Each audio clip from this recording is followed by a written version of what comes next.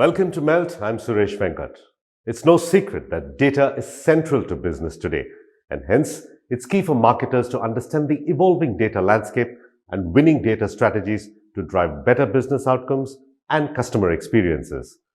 That's the leading thought behind the Leveraging Consumer Data for Marketing study, a result of a collaboration between the India chapter of Marketing Trade Association MMA Global and EY.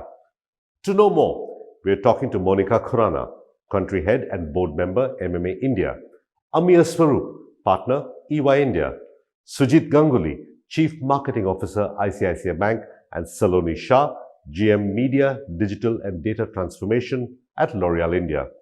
How can marketers use consumer data and build data capabilities? Get ready to melt and listen in. Moneka Khurana, this is the second edition of the report. What key trends have emerged in this edition? So basically, this report was supposed to understand types of data at play. It was supposed to understand how it's impacting marketers and what are the kind of privacy frameworks that are being worked upon to manage consumer protection.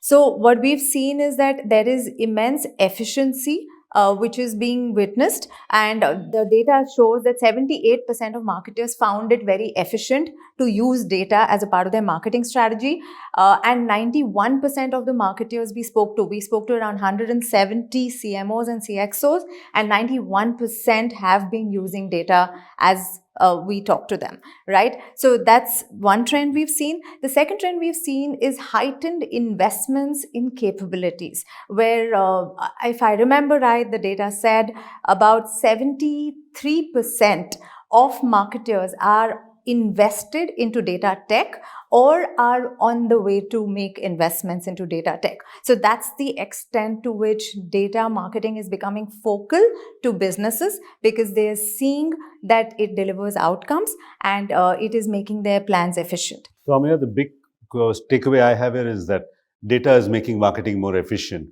What are the trends that you would like to highlight from the report? Actually, bang on. Yes. So, the survey has shown the trends that the marketers across have made considerable gains in leaps and bounds in terms of collection of data. However, the next leg of the maturity now moves into the usage of data for decision making. And that's where, the survey respondents demonstrated that there is certain bit of struggle to evolve that process to come on the whole decision making path. So yes, there is a lot of data. There are a lot of initiatives to collect data, and especially with the cookie-less world around the corner for all the marketers, 1P data is the gold mine. But the next leg is how do they really implement this data and use this data for the organization. Sujit Ganguly, what are the key trends that are BFSI marketers such as yourself, what should they be cognizant of? First is that while digitization is going up and people are loving it and taking to digital, but omni-channel is not going down. So the implication for marketers is that the experience has to be consistent, the offerings have to be consistent, and we have to leave the choice to the consumer. He or she would like to go wherever he or she wants, and they should get a great experience on all channels. That's number one. Second is that because of the amount of data that is going up about brands, people are searching more. If you look at search data across all our product lines, across organizations, search is going up exponentially. And that means that for every consumer that we have to get, we will have to win against 5 or 6 other brands, which again means experiences, processes, digitization, the journey, ease of the journey, the sharp targeting, all those we will have to be continuously will have to improve if you have to gain market share. Saloni Shah, what are the key trends that you are seeing in your industry, the takeaways from the report that you would consider?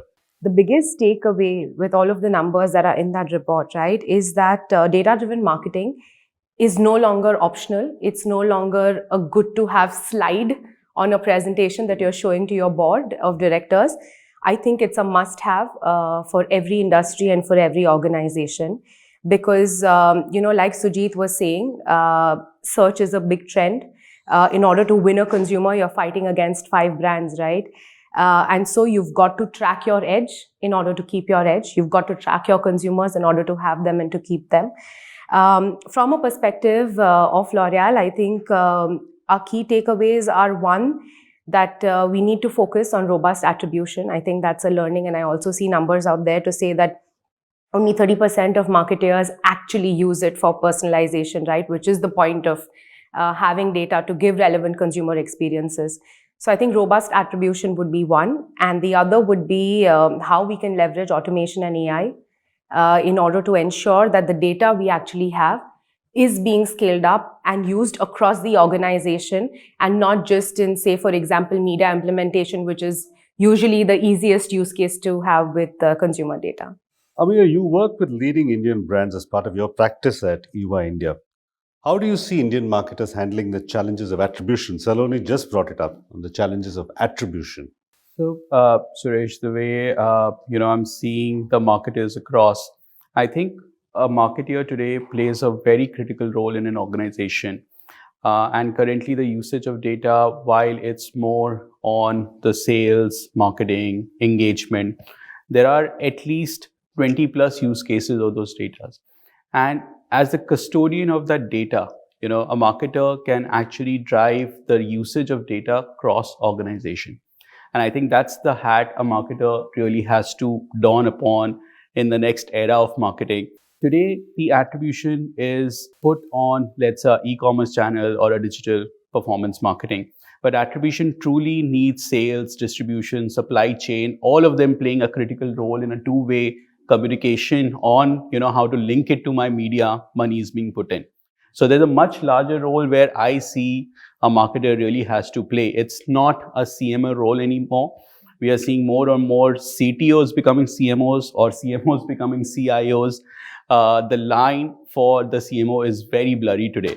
Also, in terms of tools application, and our report is going to show that a lot of dependency is on brand track and A/B testing. If we look at West, like a US, and we did this comparison last year in the report, that at least 27% more of the marketers out there are using M and media mix modeling techniques and tools to implement, which is something very critical to be able to establish attribution model today in an organization. So still a way to go, but unless the attribution is established, and that I don't see that happening unless there's a larger role that a CMO plays in an organization today. Amiya, does this mean that the way we teach marketing in B schools has to change, or the way we train young managers has to change in organizations? I think every 6 months. Let's get a marketer's perspective on this. Sujit, from a marketer's perspective, what are the organizational challenges with so-called end-to-end attribution? So I think as a bank, we are lucky because we are able to get the end customer data as the person comes in, right? Most of our campaigns are acquisition-led campaigns. So we are able to do an end-to-end attribution because we know the channel, the source of the channel. In a lot of cases, the closure will not happen online. The closure happens offline, but there's a CRM to track it. And through UTM parameters, we are able to get right from source to acquisition. So we are able to do that, and it's a continuous exercise for us. It's a daily, weekly, monthly exercise, and we have to do it for all our channels, all channel product combinations. The learnings are interesting. We can never get an attribution and say this channel works for this product because it may change after 6 months, but it may change for reasons, in some cases, for reasons not known to us. So attribution is a reality. Attribution is a constant thing that we have to keep doing every day, every week. And it's an important leg for us to understand efficiency. Because you see, when we are in the acquisition business, we'll have to look at a cost of acquisition. It has to be within acceptable costs to the organization. We can't live in our own bubble. You're not a hyper-funded tech startup. No, not at all. So costs are a real issue for us. It's a reality for us. So attribution is an inescapable part of our digital marketing efforts. And Amiya, I fully agree with you. It's a full organization has to be involved because, as I said, some closures are happening online. A lot of closures, because of multiple reasons, happens at the call center or on the ground. And we will need the CRM to get the loop back to do a source to closure attribution. Let me take that same question to Saloni. Saloni, in a cricket match, you hear commentators saying at one point in the game, it doesn't matter how the runs come as long as they come. Is there a point in a marketer's life where you say, okay, attribution and all that is fine, but as long as we're getting customers, we're getting business at a reasonable cost, attribution isn't all that important. Is there a point in marketers' life where you'd say that? I think so far we've been living without attribution, right? Data streams in general are more new age. And we didn't know what we don't know. But with data-driven marketing, I think attribution becomes very, very key. The path to purchase in a consumer's journey now is no longer linear. It's not that, they see a TV advertisement, they get aware about the product, and then they go to the shop and buy it. A lot of times you'll be on an e-commerce site, and that's where you actually discover the product at a point of purchase, in a way of speaking, right? And so I think that in days to come, the path to purchase journey for each consumer is going to be personalized. Today, for example, the way maybe Moneka likes to shop may be very different from the way I like to shop, right? And in order for her to make a purchase, a marketer may need to maybe first reach out to her on, say, Instagram, and then a television commercial, and then maybe she goes to the store and she purchases. Whereas for me, it may be different, where I would like to be reached out via WhatsApp because that's my first mode of communication. And then maybe I'd like to purchase it online. And I think data and attribution is what is going to help marketers understand that each consumer is going to be different, and it's going to help us be more relevant. Monica, it's been said that data is the new oil. But the problem is we have lots of problems with oil. We're trying to get rid of the old oil because that gave us a lot of problems. Right.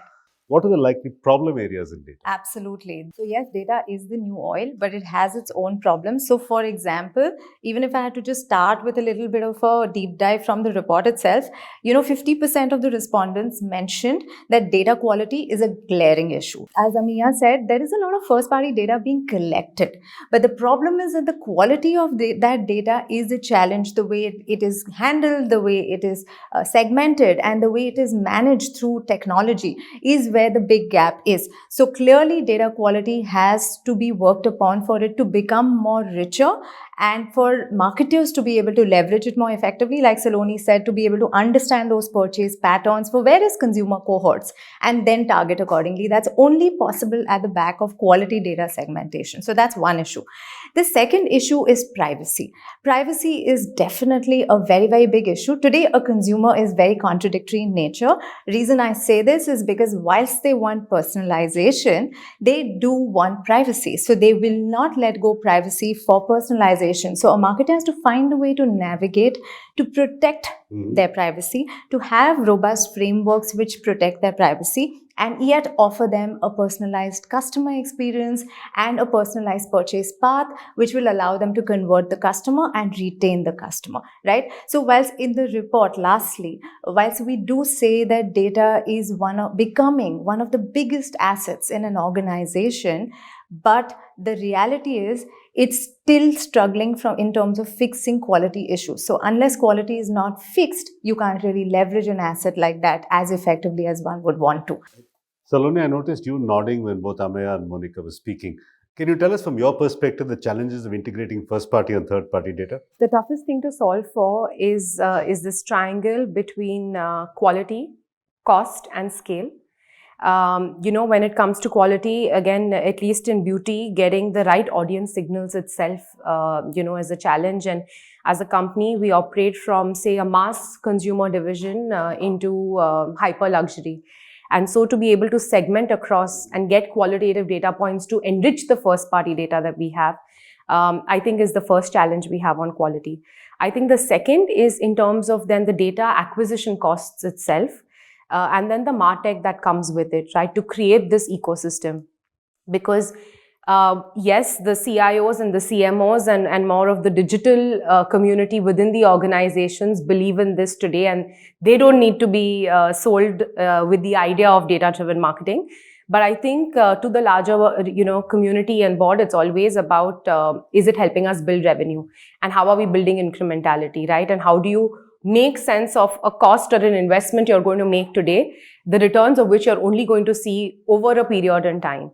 So yes, there is a lot around first party and third party that we're doing, but we're also trying to figure a route via partnerships with second party data, at least in the beauty industry, to maybe find a middle ground in the way we operate.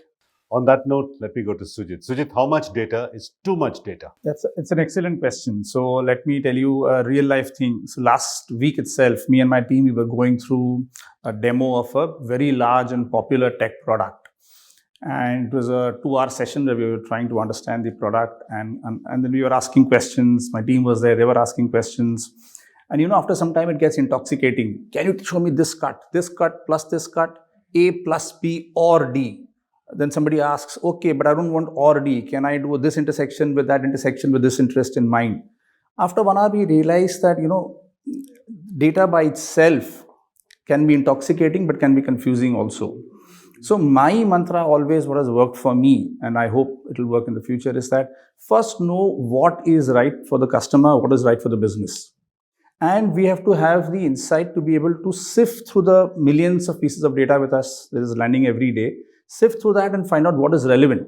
If I have to start tracking every piece of data that my team collects, I will not be able to finish 1 day of data. I won't be able to go through it in a week. So we have to have our objectives in mind. What is it that we're trying to do? Maximize turnover, minimize costs, look at the most efficient channels, look at the most profitable customers, look at the best channels from where to source them, look at a path to purchase, where are we getting dropouts, and many more such things. I'm just giving you a few examples. Look for what we want to do to improve our efficiency and efficacy, and then look for the right pieces of data. Because today the amount of data is going up, and it can be mind-boggling, it can be confusing for us. So my mantra to my team always is know what you're looking for and then look for it and then play with the amount of data, you will get the right insights. Saloni, with all this data available, what happens to that famous marketer's gut instinct? Does this mean that instinct is dead?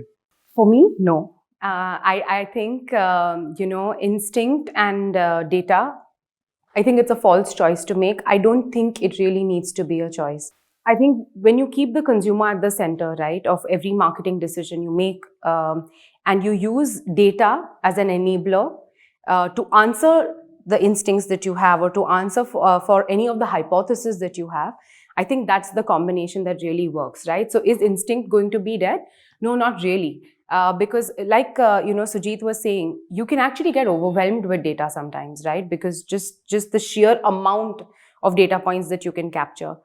That's not really going to teach a marketer, say in our case, when I'm, at one of our stores and I'm actually seeing how the consumer is interacting with the product, how she's putting it on her skin, how she's using it. No amount of data is going to teach me that. Data is going to show us the outcomes. Data is maybe going to help us with the path to purchase. It may help me understand how frequently she buys, so I know when to maybe message her. But it's not going to help us understand how she uses our products, how she interacts with us. And I think that is when experience, instinct, etc. comes into play. So for us, I don't think it's really a choice. I think putting both of them together is really where the entire victory is. I think completely agree with what Saloni said. To me, gut and creativity will have to always exist with data. That's what will make us better. The day that doesn't exist, I think AI bots can fully replace us. So gut and creativity will always have to work, and I think it is what makes us better. Well put. Yeah. That's well put. Moneka, you've heard all the comments about Right. integrating data and gut instinct. Right. Is there some skills that marketers need to learn? Amiya, I remember saying a little while ago that marketers are becoming CIOs. Right. What is the road ahead for marketers? Do they need to upskill, side skill, learn new skills? I think, first of all, we have to recognize that organizations need to operate like coalition setups. They're no longer, linear in nature, like Saloni was saying a while back. They are literally coalitions where there is collaboration at every level, every stage. Everyone's roles are sort of fusing for the final business outcomes and business results. So clearly, there has to be an organizational change in terms of the way structures are being looked at and maybe relook at those structures. So that's point number one. Secondly, skilling, there's no two ways about it. Skilling is one of the most critical elements today because you may have a lot of tech in your organization, you may have a lot of knowledge, but if people are not trained to use and apply the tech and use and apply the knowledge, then that's not going to help. So it's extremely important that there is skilling happening on an ongoing basis to be able to upgrade the ability to use the available new age tools and technology. Amiya, what will future editions of this report look like? Will bots be writing the report? I hope so not. No, so it's an interesting question. A lot is, rest on the usage and how, and in the Indian context, how the marketers are really evolving to use the data points. While we were doing the survey, we actually, found at least 17 plus use cases of data, and today a marketer is probably using 3 or 4, which is on analytics or location-based targeting, etc. Personalization, and we all spoke about personalization, but that takes a lot of analysis plus experience plus gut to reach to that personalization, because my customer, while we are talking about the marketers, my customer is also evolving, right? The media landscape is evolving. We don't know whether it will be smartphone or whether it will be 3D, or how will we be communicating tomorrow. And as that changes, the whole scenario for a marketer will change. Data will remain constant. So let me assure you, it will always be insights backed by data, gut feels supported by data. My next initiative will be supported by data, because, in the entire journey, and I've seen this for the last 10, 15 years, there's a lot more accountability today on the marketing function today. And the data is actually corroborating whether the decision is right or could be done better. So there is definitely efficiency. So I think data will remain constant. The usage and application will keep evolving. Yes. Right. So we'll probably see different set of usage. Moneka, as authors of the report, in your view, how should Indian marketers use this report? Okay, let me just churn out a top of mind formula, P square, C square. The first P being it's a playbook, which allows you to navigate your journey in data marketing, whichever stage you are, whether you are a left behind, whether you are an enthusiast, how do you become a leader in data? The other P being is use the playbook to create POCs. So like Amiya said, there are many use cases to how you can leverage data. So let's look at ways of creating POCs at the back of the report and see how you can most effectively leverage data. So that's the P square part. The C square part is, this is a report which allows you to get a custom view of how you stack up in your category and what is it that you can learn from others in the category or from active categories. So for example, we put out in the report that automobile, retail, e-commerce, these are some of the very, very active categories in data. So how do you learn from them, right? And the last piece is collaborate with data experts who've contributed to the report and try and see how you can use their expertise to be able to mature in the data journey. Okay, I like that formula, P square and C square. Yeah. All right, on that note, we come to the end of this discussion. Saloni, Sujit, Amiya and Moneka, thank you very much. Thank you. For being part of Melt. Pleasure. Thank you. Thank you. Thanks, Suresh. Thank you. With that, it's a wrap on this episode. You can follow Melt on social media. The handle is Ready to Melt, or simply log on to readytomelt.com. If you'd like to follow me, I'm @Suvenk on Twitter. Till next week, goodbye and thanks for watching.